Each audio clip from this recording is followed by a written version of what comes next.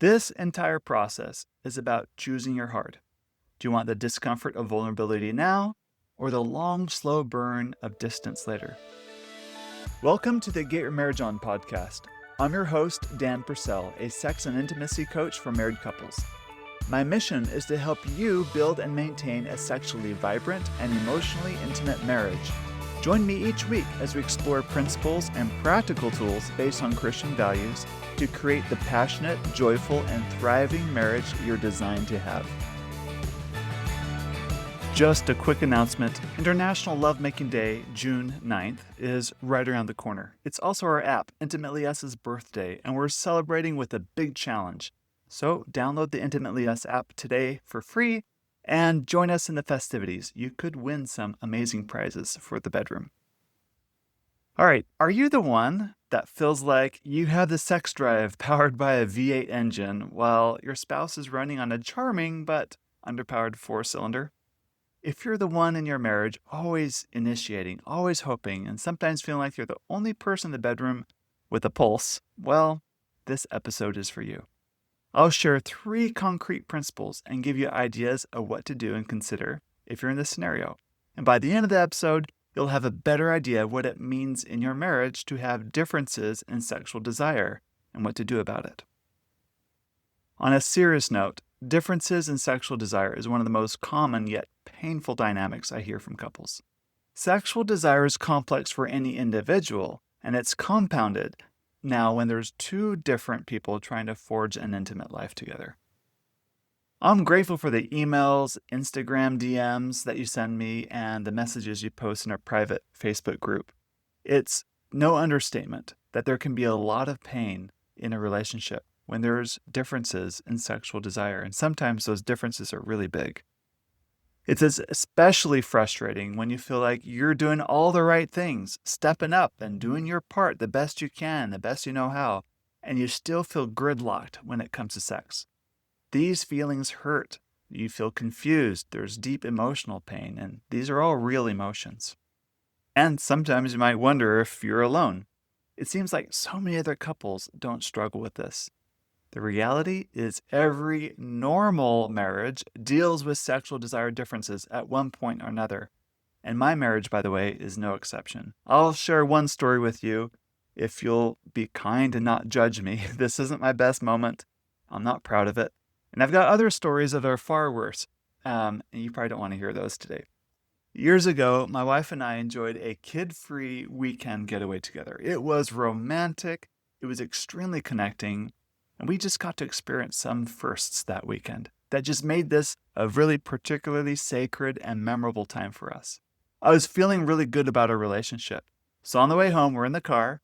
I take a deep breath and I mustered the courage to ask my wife if she would be open to trying a new sexual behavior we haven't tried yet. And this is something that I was secretly interested in trying for a while. So I mustered up the courage and said, "Hey, can we try this?" Remember, we're coming off of a weekend where we felt close and, lovey-dovey. Those feelings are wonderful. You feel close and seen by each other more than ever. And I was not prepared for what happened next. My request, it was not well received. The whole mood between us shifted. You could literally feel the thick distance between us grow in an instant. My request deeply troubled her, and I freaked out. That it bothered her so much, and that it bothered me so much too. So, not knowing what to do, I reacted to this situation, the sudden growing distance between my wife and I quickly apologized for even bringing it up. I'm just trying to right the situation. And through her tears, she said she just can't do what I want, and things felt weird between us for the next few days. Can you relate to something like this in your own marriage? Research and my experience shows that, generally speaking, men in heterosexual long-term relationships are the ones that initiate sex more often. But in about 35% or so of the couples I work with, the wife has higher sexual desire. So, if you're the wife listening to this episode that has higher sexual desire in your marriage when it comes to sex, please don't feel left out in the examples I'm about to share. I see you, and I understand that you feel like you carry more of the burden for sexual connection in the marriage. The principles I'll share today apply whether it's the husband or the wife that has more desire for sexual improvement. The first principle I want to share with you is what I call the universal truth, which is this. In every marriage at a given time, one person will have a higher desire for sex than the other. This universal truth applies to other domains of the marriage too. It can be about spending versus saving money, tidiness of the home, parenting concerns, travel or stay home, having deep conversations or avoiding them, or brownies for dessert. You name it. Differences in desire abound in any domain of the marriage. Sex is one of them. Sex is also very personal and core to who we are, hence why it seems so sensitive compared to the other domains in marriage. But I want to be clear that the higher-lower desire dynamic doesn't imply a hierarchy. Being higher desire for sex doesn't mean you're higher or better. Being lower desire for sex doesn't mean you're somehow lesser or below your spouse either. I've noticed this in our Next Level coaching program, where, if you're not familiar with that program, that's where individuals and couples get access to me, my course, and receive weekly guidance at affordable price. It's a great program. What I'm noticing in the program is we've stopped saying the terms lower desire and higher desire so people don't confuse it with one being better or worse than the other, as that line of thinking is counterproductive to building a solid, intimate marriage. It seems to go better for some when we use language such as those who tend to be more spontaneous or those who tend to be more responsive when it comes to sex. Or, we love this metaphor too. Who is the party planner and who is the invitee? And let's be honest, some of the party planners are planning bedroom parties months in advance, while the invitee is still checking their schedule from last Tuesday's event, right? Anyway, connected with the universal truth is this. The person that tends to be more responsive or be lower desire in marriage also controls the frequency and type of sex the couple has. They have the control. This principle applies to more than just sex, by the way. For example, if two people are negotiating a business transaction, the person who is less invested in that transaction controls the terms of the agreement. Now, stop and think. Is that you? Are you the one secretly holding the veto power over your intimate life? Or are you the one constantly pitching ideas that get shot down? Or say you're hosting a birthday party and you really want a friend to come, but that friend is gluten-free. So you're going to make sure there's gluten-free cake for her so that she's not excluded. Or if you have an unmotivated teenager, you know the feeling very well of what it's like to have higher desire for something, yet the lower desire person, the unmotivated teen, has more control in that relationship. So this is what it means concretely when it comes to sex. That's why if one spouse wants to do X, Y, or Z, and the other person is only willing to do Y, guess what? Y happens, not X or Z. You might ask, do the spouses that control the sex in the marriage, that lower desire spouse, do they like being in that position? That really is a great question. And remember, reality is more complicated because sexual desire is complex. Not all lower desire spouses like the fact that they're the ones in control of the sex in the marriage. In one couple I coached where the husband was the one that tended to be, doing more of the initiating, planning, and thinking about sex relative to his wife. And she's the one that had more control. She wasn't malicious about it. But the power that comes with being the lower desire spouse is real. And some lower desire spouses are reluctant to give up that power, even though they might not think about it in those terms. The lower desire spouse has some advantages.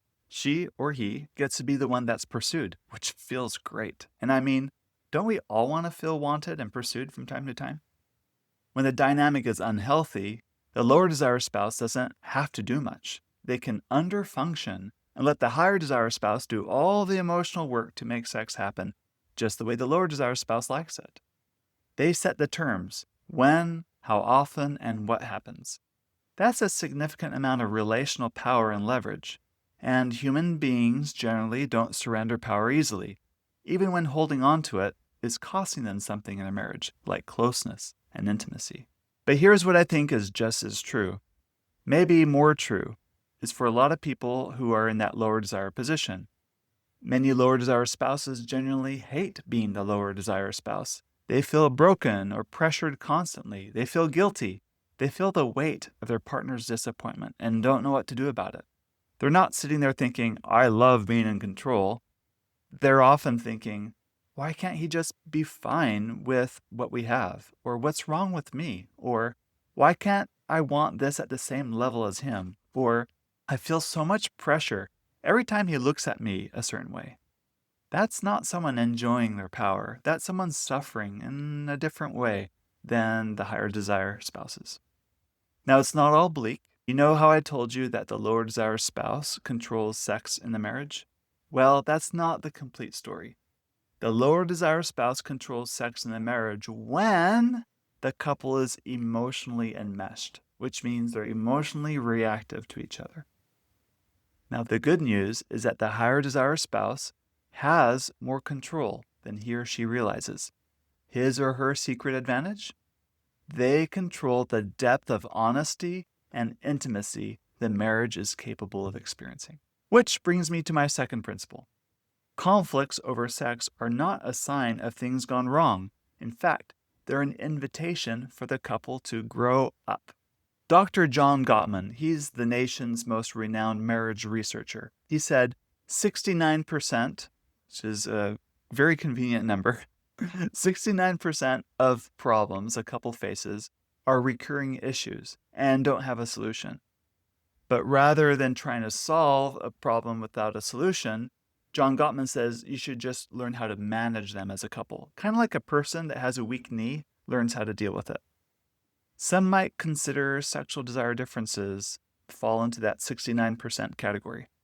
So yes, some couples might just agree to disagree and work around their sexual differences, thinking that's the way to happiness.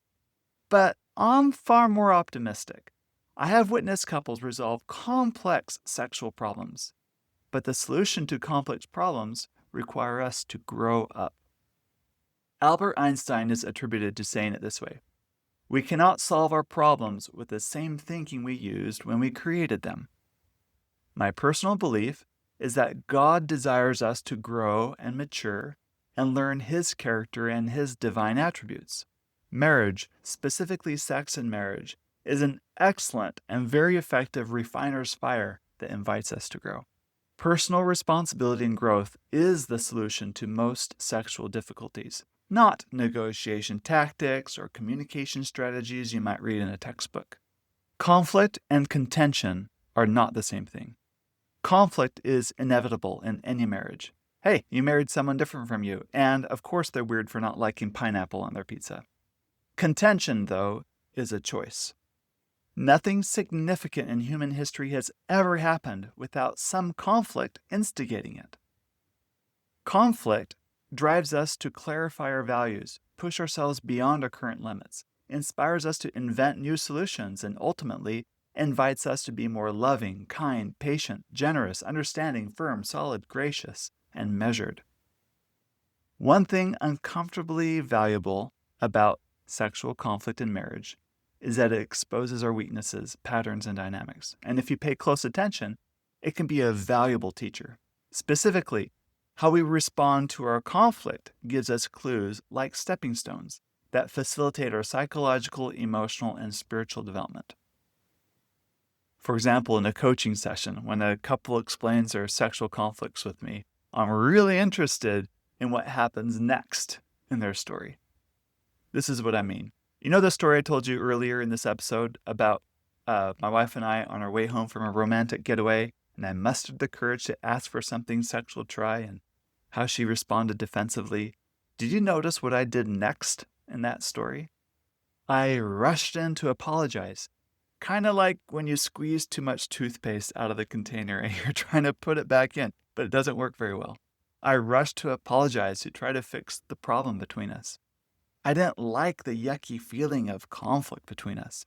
So by reflex, I reacted to that unpleasant emotion by quickly trying to collapse the growing distance between us.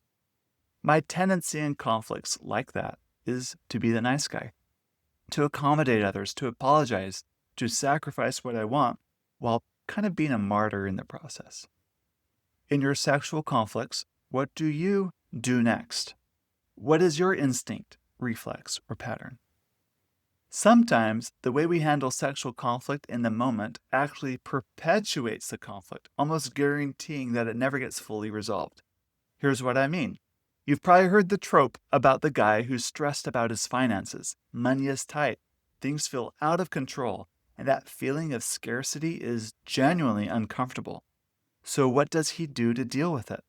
You guessed it, he goes shopping. Not because he needs anything, but because buying something gives him a little hit of control and pleasure. He feels better for about 45 minutes. Then the credit card bills arrive. The financial stress gets worse, and now he needs to, you guessed it, go shopping again to feel better about the shopping he did. The solution to the stress of debt is the very thing creating more debt. The hit of control and pleasure in spending solves the momentary emotional pain, but this quote-unquote solution guarantees the problem stays around. He's not solving the root of the problem. He's actually funding it. In my story, my way of apologizing as a reflex, as a way of dealing with my low tolerance for conflict about sexual differences in my marriage, almost guarantees we'll continue to have sexual conflict. Because, frankly, it's not an honest approach towards dealing with our differences. So what do you do instead? I'm not saying you be a bully or be callous either, or pretend to be indifferent and like it's not an issue as a way to keep the conflict at bay. It's looking at what happens next in your patterns when it comes to sexual conflict. From my experience and from my study, people do what I call one of these 3 A's. It's act out, accommodate, and avoid. Act out means you be the aggressor or the bully. People who are good at acting out know that if they're aggressive or angry enough, others will finally give in. You might get compliance in the short term, but not loyalty in the long term. Acting out might let you win a battle at the cost of intimacy. The second A, accommodators, fold into the other person's reality, often to keep them happy with you. Some people call this fawning or being the nice guy, but it breeds resentment, and you feel like you betray yourself in the process. And its casualty? Intimacy in the marriage. The third A is avoidance. This is when you create distance or put up walls to deal with your differences. You can't deal with the fact that you have differences, so you distance yourself. You cut each other off as a way of dealing with differences. You assert your autonomy at the expense of closeness and intimacy. So there you have it. Those are the 3 A's. But there is a 4th A. It's another way to deal with conflict. It's called being an adult. This means dropping the victim act and picking up your dignity and self-respect. This means being okay that honest differences are a reality in any healthy relationship. It's also acknowledging that these differences are often uncomfortable and even painful, but you can be an adult about it. You can take a principled approach towards solving differences. This means using conflict to help you take personal responsibility and grow and choose the higher road in your relationship. I worked with a couple where the wife was the one with the higher desire for sex. Her husband coached high school tennis. He loved his tennis team, and she dreaded every spring when tennis season would start, when she would feel like a widow and sometimes feel second place or even last place. Her husband would give generously to his tennis players, fulfill his church responsibilities, his work, and even his children, and she felt like he had nothing left in the tank for her at the end of the day. He told her he felt controlled by her, and he felt like her desire for sex had a needy energy to it, like as if she looked to him and sex for reassurance that she was sexy and beautiful and desired by him. He assured her that he did find her sexy, attractive, and beautiful, but the neediness was a turnoff. She hated hearing this because she didn't see it that way. She would say it wasn't about the neediness, but about wanting to be wanted and chosen, and felt last on his list of priorities, especially during tennis season. She tried all of the 3 A's I mentioned. She would get angry, but that would just drive him further away. Then she would try to pretend that it wasn't an issue and accommodate him, but she felt even more transparent and walked on like a doormat. Then she tried avoiding him as a way of punishing him, giving him a taste of his own medicine, so to speak, so that he would feel what it felt like to be last place too, in the hopes that he'd learn the lesson and change. But this sort of race to the bottom mentality backfired in very unhealthy ways in their relationship. Things started to shift in a positive direction one night. She lay wide awake next to her sleeping husband, feeling really sorry for herself. She realized she was turning into her mom. Her mom would do all of these kinds of things to try to get her dad to listen to her. She resented the way her mom treated her dad. Shifting her weight, she propped herself up on one elbow and looked at her sleeping husband. She wondered, what is it like from his perspective to be married to me? And why does sex matter so much to me and doesn't seem like it matters so much to him?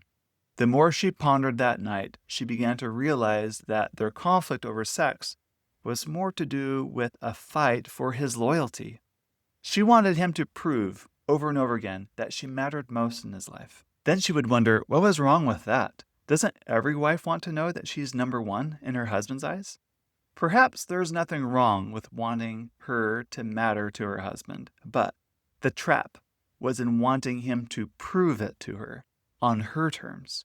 She then realized that she did really want him to want her, but more than that, she wanted him to want her. That's a little confusing. She wanted him to want her on his own volition, out of his own choice, out of his own agency, not because she told him to. She saw how her behavior, how she treated him, got in the way of him wanting to want her. She also realized how much her sense of herself was wrapped up in whether or not her husband chose her and pursued her. Because she needed his affection so badly, she would do things to try to manipulate and control him to get the reassurance that she was fine, just like how her mom did it. She realized she had choices. She wasn't going to be a victim to her husband's seasonal affection. She was no longer going to measure her value on something outside of her that she didn't have control over, her husband's behavior and choices. The next time she felt lonely or neglected after her husband came home late from a weekend away coaching his team at a tournament, instead of her usual punishing behaviors, she just got honest and revealed how she felt to her husband without asking for his pity. She said something like this: I feel lonely in this marriage, especially during tennis season. I value our intimate relationship so much, and I wish things were different. I wish I didn't worry so much whether you think of me as much as I think of you while you're gone. It feels great to be sexually pursued by you, and I wish you pursued me more often. I also know I haven't made it easy for you to do that. I'm sorry for the way I punish you. That's not the kind of person I want to be anymore. I'm turning into my own mom. I want intimacy and sex to be easier for the two of us. It would be wonderful if you'd leave me a dirty little note for me to find, or if you'd just sext me while you're away at your tennis tournaments. I would really like that, but I'm not going to demand it. I'm really completely, fully committed to being my best in this marriage, and I haven't treated you very well. It hurts, by the way. It hurts a lot, sometimes being the one with more sexual desire, especially as the woman, as the wife. I feel so alone. But I don't think I should punish you for it. I do want you to realize how much it means to me and that it has a cost in our relationship for the way we deal with our sexual desire differences. And I'm no longer going to do what my mom did to my dad to you. I want to choose a better way. And just ask for your patience with me as I learn how to deal with our differences a little bit better. Wow. Talk about taking a risk, being vulnerable and honest, right? What a great thing wife said. So after she told her husband these things honestly, it felt different between them. He could feel her honesty and he could feel her raw hurt without her throwing a pity party. He could just sense that she wasn't trying to change his mind either. She was just revealing her mind. And he could also feel her genuine resolve. This wasn't a show. And it kind of scared him, actually. It woke him up. Now that the truth is in the light, he could no longer pretend his actions didn't affect her, or that it was her fault for why he didn't pursue her. It caused him to think about his own way of dealing with their sexual desire differences, in his own less than honest method, too. The following weekend, her husband left again for another tennis tournament. After a long day, feeling lonely, she opened the bathroom cupboard to get her toothbrush. Surprise! There was a note tied to her toothbrush. A dirty note. How dare he? That made her beam inside. Then when she finally laid her tired head on her pillow to go to bed, she felt something below her pillowcase. A paper? She pulled it out. She blushed. Another dirty note on a sticky note from her husband. She lubricated right on the spot. He remembered her. He did this all on his own. Now, this story has a happy ending, and most of the time, things work out like this. I remember a phone call I had with a man that wanted to join our next level coaching program, designed for couples. He said he would sign up in a heartbeat, but his wife isn't on board with the idea, and he figures, what's the point of joining a program to help couples improve their sex life if the spouse is unwilling? He has a fair point. But the reality is we wait too long to see if the other will go first. Going first feels risky. There's no guarantee that the other person will follow. Going first is very vulnerable. But you need to choose your hard. Do you want the hard of being vulnerable now with a chance for a better, happier, more intimate marriage later? Or do you want the hard of remaining in the status quo where you're comfortable now, while suffering the long burn of a diminishing intimacy over time? Of the two, I would prefer the first. I'd rather have the hard now so I could have a better tomorrow. This leads me to my third principle. The third principle is sometimes the sex we're offering isn't great sex, and it's actually good judgment on the part of the other spouse to not engage in it. In other words, sometimes low sexual desire is a good thing and an appropriate response to what's going on in the relationship. We often assume that higher desire for sex is good and lower desire for sex is somehow bad or lesser. But I'm going to completely flip that upside down in this principle. I've shared on my podcast how there was a season in our marriage where I really wanted my wife to have orgasms more regularly, as it was infrequent at the time. I got my hands on as much material and read whatever I could to learn techniques to improve my prowess in bringing pleasure to my wife. And I strongly encouraged my wife to do the same. The thing is, the harder I tried to make things pleasurable for her, the worse sex became for both of us. No one likes feeling like a project. Her desire for sex became less and less. And my desire for her to have more sexual pleasure may have looked caring and selfless on the surface, right? Like, doesn't any good husband want his wife to have such great, deep, amazing sexual pleasure in bed? But that's just the surface. If you actually look below the surface, if you're really honest, it was actually very selfish of me. Because if I got really honest, I needed her to orgasm as proof that I was a good enough lover. She could sense that sex was really about me feeling like a competent lover, and not about her enjoying herself. But remember, I married a good woman, and because she cared about me, she'd try. And sometimes to be extra nice, she'd sometimes fake it to make me feel better about myself. But I knew she was faking it, and then I felt worse. So you might wonder, is it good judgment on my wife's part to have lower sexual desire if the meaning of sex makes us both feel worse off? I'd say yes. So when I say the sex you're offering isn't great sex, I'm talking far more than whether or not you're having orgasms reliably. Frequency of orgasm is not the primary measure of good sex. Even rape victims can orgasm while being raped, and that is very bad sex. A better measure of good sex is the meanings and strings attached to what your sexual encounters are about. Do you ever get honest enough to ask yourself, do I need this orgasm or this frequency or this new sexual act as proof that I'm a good enough lover or relationship is growing or I'm desirable or I'm loved? If the answer is yes, you're not inviting intimacy, you're demanding validation, and you're trying to extract it through sex. Is your bed the proving ground or a contest to see who's going to prevail?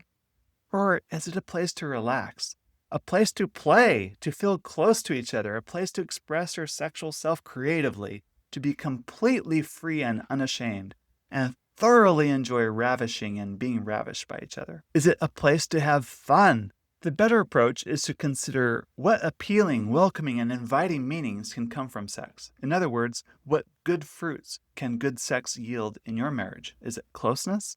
Is it feeling completely lost in each other's arms? Is it feeling heard, seen, and known? Is it having fun and laughing? Now, if you begin with the end in mind and how you both want to feel after sex, let that feeling dictate how you plan, offer, share, and enjoy your intimate encounters. This is the heart of what we're teaching on our intimacy cruise this fall. If you're interested, we have a few spots left. It's a week-long cruise, October 4 through 10, sailing from Galveston, Texas. We do a deep dive on sexual intimacy during the times we meet while at sea. You'll find all the details on our website by going to getyourmarriageon.com and click events. A few years ago, a couple attending one of our in-person marriage retreats said he was a trisexual, which means he's the kind of guy that wants to try it all. If sex was an adult playground, he metaphorically built a massive theme park with every conceivable roller coaster and ride. His wife? Not really into roller coasters. His endless creativity and appetite for sexual novelty felt really threatening to her. She felt dragged around the massive playground when all she really wanted was just to enjoy the teacups again and again. This is where the couple was gridlocked. Sex wasn't fun for either of them because of the meanings present. When they would have sex, the elephant in the room or the dominant question was, who of the two of them was going to be most disappointed that night? Was it him or was it going to be her this time? Was it his turn to be disappointed by her not willing to try something new, yet something uncomfortable, that he's been begging her to do? Or was it her turn to feel disappointed in that he couldn't just be happy with the sex they had? They both felt controlled and pressured by each other.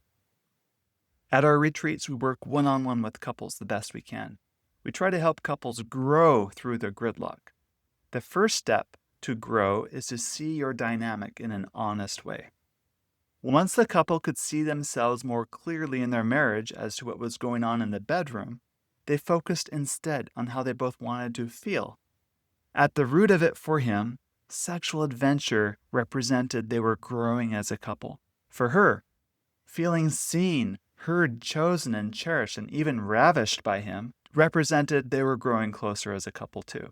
Over time, I saw this couple demolish this massive theme park and started building a new, sexy playground built on shared meaning they were both excited and enthusiastic about. It both required a lot of growth on both of their parts. Now, the sex being offered in their marriage is good sex. So, my friends, there you have it. 3 principles to help you navigate the often painful but totally normal differences in sexual desire. First, remember the universal truth. Sexual differences in marriage are guaranteed. While the responsive spouse holds the power on terms, the initiating spouse controls the depth of intimacy. That's your leverage, so use it well. Second, I want you to see conflict not as a mistake or something gone wrong, but it's an invitation for growth. Stop defaulting to act out, accommodate, or avoid, and instead choose the 4th A, be the adult in the room. Use the tension that sexual desire differences create to clarify what truly matters to both of you. And third, take a hard, honest look at the meaning you're bringing into the bedroom. If the sex you're offering is a proving ground or a transactional way to get what you want, it's not great sex, and it's actually quite selfish. And it might be actually good judgment on the part of the lower desire spouse to have low desire for sex, because frankly, the sex being offered isn't good sex. It's actually good judgment on his or her part to not be enthusiastic about that. So, as an intimate team, focus instead on creating shared meanings and desired feelings that you want to have as a result of your sexual encounters. This entire process is about choosing your heart. Do you want the discomfort of vulnerability now, or the long, slow burn of distance later. I want you to choose intimacy, which means vulnerability and honesty. So here's your challenge for the week. Don't sit there waiting for your spouse to change. Pick one of these 3 principles, just one, and commit to going first to implement it in your intimate life today. Go be vulnerable. Go choose growth. Go set a new shared meaning for your sex life. And go get your marriage on.